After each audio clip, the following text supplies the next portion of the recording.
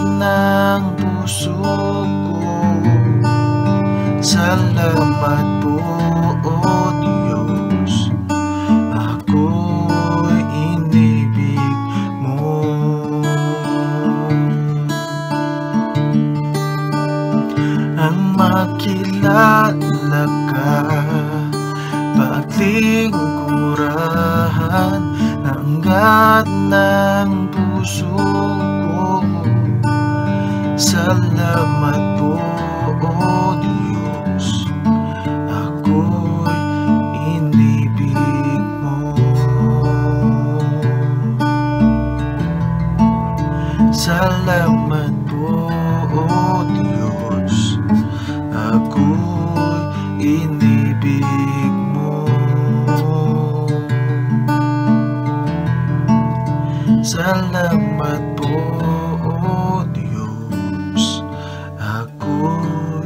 inibig mo.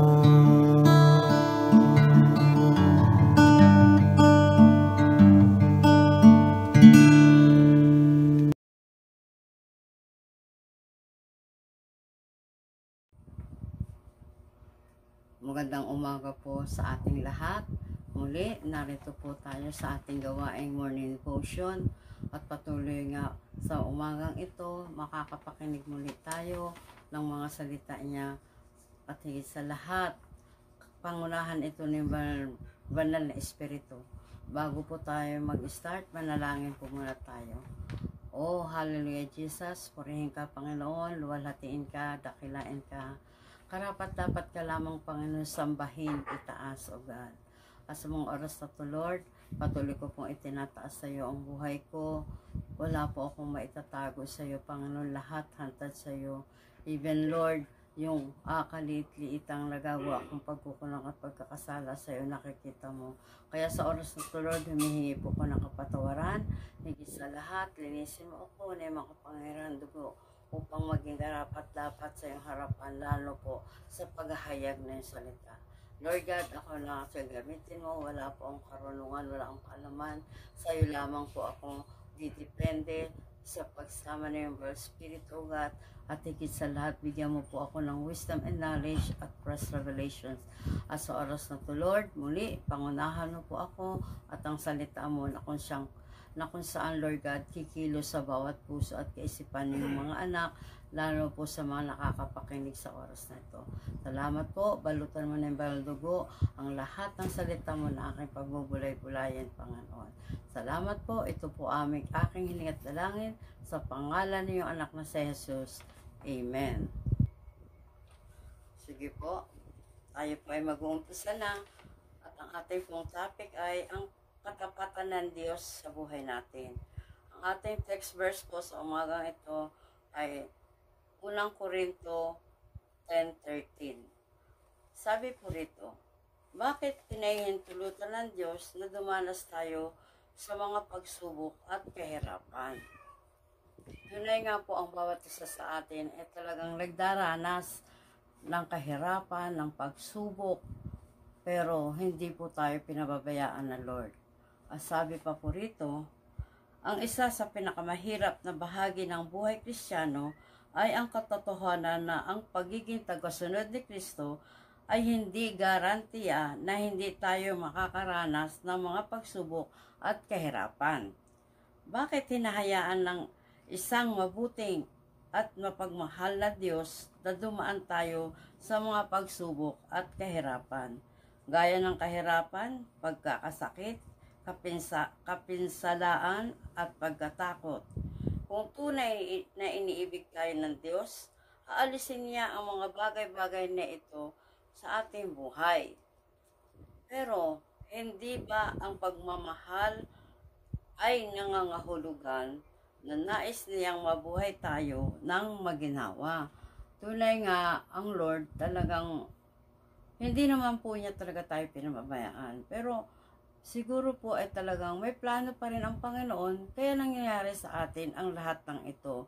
Siguro nais ng Diyos na hubugin tayo sa mga ugali natin o sa mga nagagawa natin na kung saan ay hindi natin ito hinihingi ng kapatawaran, mga kasalanan na nagagawa natin, mga konsekwensyan kaya nangyayari sa buhay natin pero hindi tayo pinababayaan ng Panginoon. At sabi pa pang mangyari ito, pero hindi ba ang pagmamahal ay nangangahulugan na nais niyang mabuhay tayo ng maginhawa at komportable? Ngunit, hindi ganun ang itinuturo sa atin ng Biblia. Ang sabi sa Biblia na iniibig niya ang kanyang mga anak at sa lahat ng bagay ang Diyos ay gumagawa kasama ng mga nagmamahal sa Kanya, ang mga tinawag ayon sa kanyang panukala sa kanilang ikabubuti. Yan po ay naroon sa Roma 8:28. Kaya nangunguhulugan ito na pinahihintulutan na nga niya ang mga pagsubok at kahirapan sa ating buhay at ang mga ito ay bahagi ng paggawa niya sa lahat ng bagay para sa ating ikabubuti. Kaya nga, para sa ating mga mananampalataya, may mabuting layunin ang Diyos sa likod ng mga pagsubok at kahirapan nararanas natin sa ating buhay. Ang pinakalayunin ng Diyos ay upang lumago tayo at maging katulad sa kabanalan ng kanyang anak. Sabi din po sa basahin ko doon sa Romans 8:29. Ito ang layunin buhay Kristiyano at sa lahat ng nangyayari sa ating buhay. Kasama ang pagsubok at kahirapan, ito ay bahagi ng proseso na papaging banal ng Diyos sa atin sa pagtatalaga niya sa atin para sa kanyang layunin at upang maging karapat-dapat tayo sa kanyang kaluwalhatian. Ang mga pagsubok at kahirapan ay mga paraan na ginagamit o pinahihintulutan ng Panginoon upang tayo ay mahubog ayon sa kanyang nais. Ginagawang dalisay ng mga pagsubok at kahirapan ang pananampalataya ng isang Kristiyano upang maging payapa sila sa kasalanan, sa kaalaman na ito ay totoo at tatagal. Hinuhubog ng mga pagsubok ang ating makadiyos na pag-uugali at binibigyan tayo ng kakayahan na magalak sa ating mga pagbabata. Ibig sabihin, ito po yung nais ng Lord sa atin para talagang lumago tayo, yung talagang makakaranas tayo ng mga pagsubok at kahirapan. At sabi pa po rito, sapagkat alam natin ito ay magbubunga ng katatagan at ang katatagan ay magbubunga ng pag-asa. Hindi tayo nabibigo sa ating pag-asa sapagkat ang pag-ibig ng Diyos ay ibinuho sa ating mga puso sa pamamagitan ng Espiritu Santo na ipinagkaloob sa atin. Naroon po yan sa Roma 5:3-5. Binigyan tayo ng perpektong halimbawa ng ating Panginoong Jesus. Ipinadama niya ang kanyang pag-ibig sa atin nang mamatay si Kristo para sa atin noong tayo ay makasalanan. Sabi po sa Romans 5:8. Ipinakita ng talatang ito ang mga aspeto ng layunin ng Diyos sa ating mga pagsubok at kahirapang maging sa mga dinananas na pagsubok ng Diyos. Ang pagtitiyaga ay nagpapatibay sa ating pananampalataya.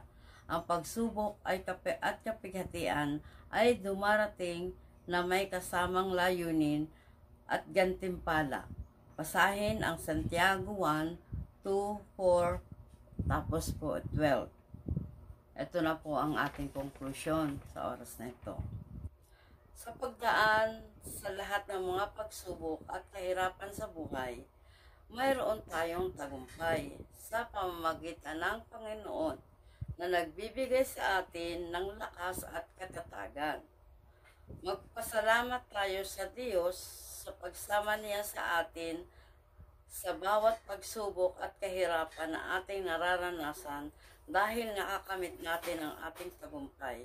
Ang bawat isa ay kailangang magtiwala at magkaroon ng pag-asa na hindi tayo iiwan o pababayaan ng Diyos at hindi tayo pagkukulangin ng Panginoon.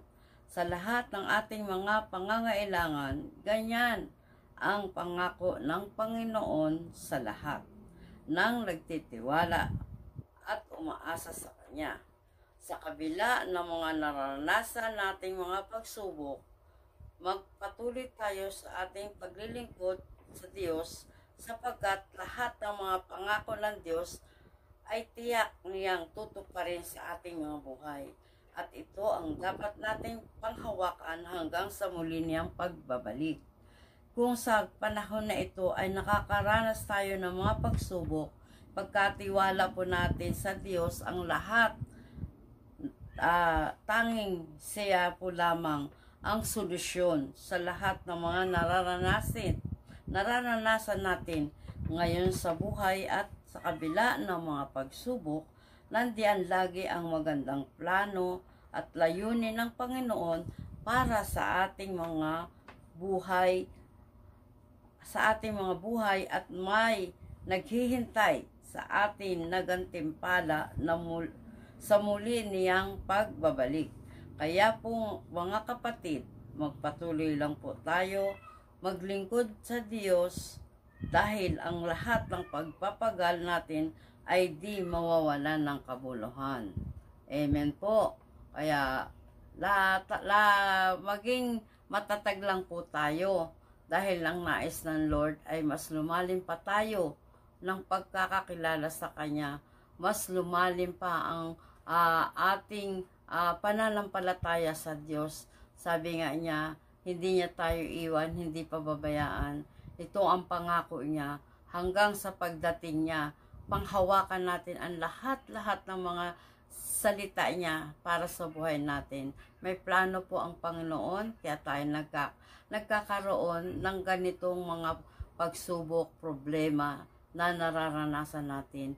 At tiyak, sa pagdating ng Lord, isa tayong kukunin niya, at higit sa lahat, wala nang hirap, wala nang pagsubok, wala nang pag-iyak, pagkos, puro po ito ay kasayahan, kagalakan sa piling ng ating Panginoon. Maraming salamat po sa umagang ito. Ito po lamang po ang aking maihayag sa oras na ito. Salamat po. Salamat po.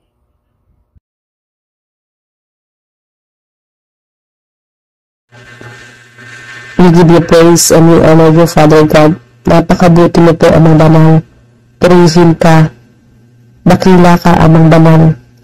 Lord, minsan pa kami po ay nagpapasalamat, Lord God, sa panibagong araw, Lord God, sa biyaya, Lord God, ng buhay na patuloy po kami pinagkalooban, Lord God.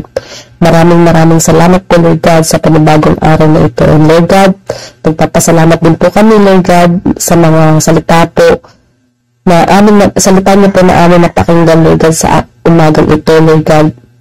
Salamat, Lord God, sa mga salita mo na patuloy na nagpapalakas po sa amin. Patuloy, Lord God, na nagre-remind po sa amin, Lord God, sa iyong mga pangako, Amang Banal. Maraming pong salamat, na Lord God, maging ang iyong lingkod na ginamit na naghahayag, Lord God, ng iyong mga salita. Dalangin po namin, Lord God, na patuloy mong pagpalain ng kanyang buhay, patuloy palakasin, Lord God, patuloy mong increase, Lord God, yung pananampalataya niya sa iyo, Amang Banal, maging ang kanyang buong pamilya. We pray, Lord God, na patuloy mong ingatan, proteksyonan ng kanyang buong pamilya, Amang Banal. Maraming pong salamat. And Lord God, nagpapasalamat din po kami, Lord God, sa matapos, Lord God, na celebration ng anniversary, Lord. Maraming salamat, Amang Banal, sa kabutihan mo, sa katapatan mo, Lord God. Salamat po, Amang Banal. And Lord God, patuloy din po namin dinadalangin po sa inyo ang mga na-invite, Lord God, ng araw na iyon. Salamat po, Amang Banal. Dalangin po namin, Lord God, inyong umpisa, Lord God, ng pagkakakilala po nila sa inyo. We pray, Lord God, na magpatuloy po ito, Lord God. Gamitin mo po, Lord God, yung mga workers, Lord God, na pangaral, Lord God, patuloy magpangaral ang iyong mga salita, Amang Banal. Salamat po, Amang Banal, sa iyong kabutihan, Lord God. Lord God, patuloy din po namin binadalangin sa inyo, Lord God, yung mga anak mo, Lord God, mga Christians, Lord God, na patuloy, Lord, na nawalan, Lord God, ng oras po sa inyo, Lord God, nang hina yung pananampalataya po nila sa inyo. Dalangin po namin, Amang Banal, na i-restore mo po muli ito, Ama, Lord God. We pray, Lord God, na nambalik yung dati nilang pagmamahal sa iyo, yung dating paglilingkod po nila sa iyo, Amang Banal. Maraming po salamat, Lord God, sa po ng pinagkakatiwala ang umagang ito, buong araw na ito, dalangin po namin, Lord God, sa lahat ng aming gagawin. Iisipin, Lord God, mapapurihan ka po namin, Amang Banal. Pinapuri ka po namin, pinapasalamatan, dakila ka sa pangalan ni Jesus. Amen.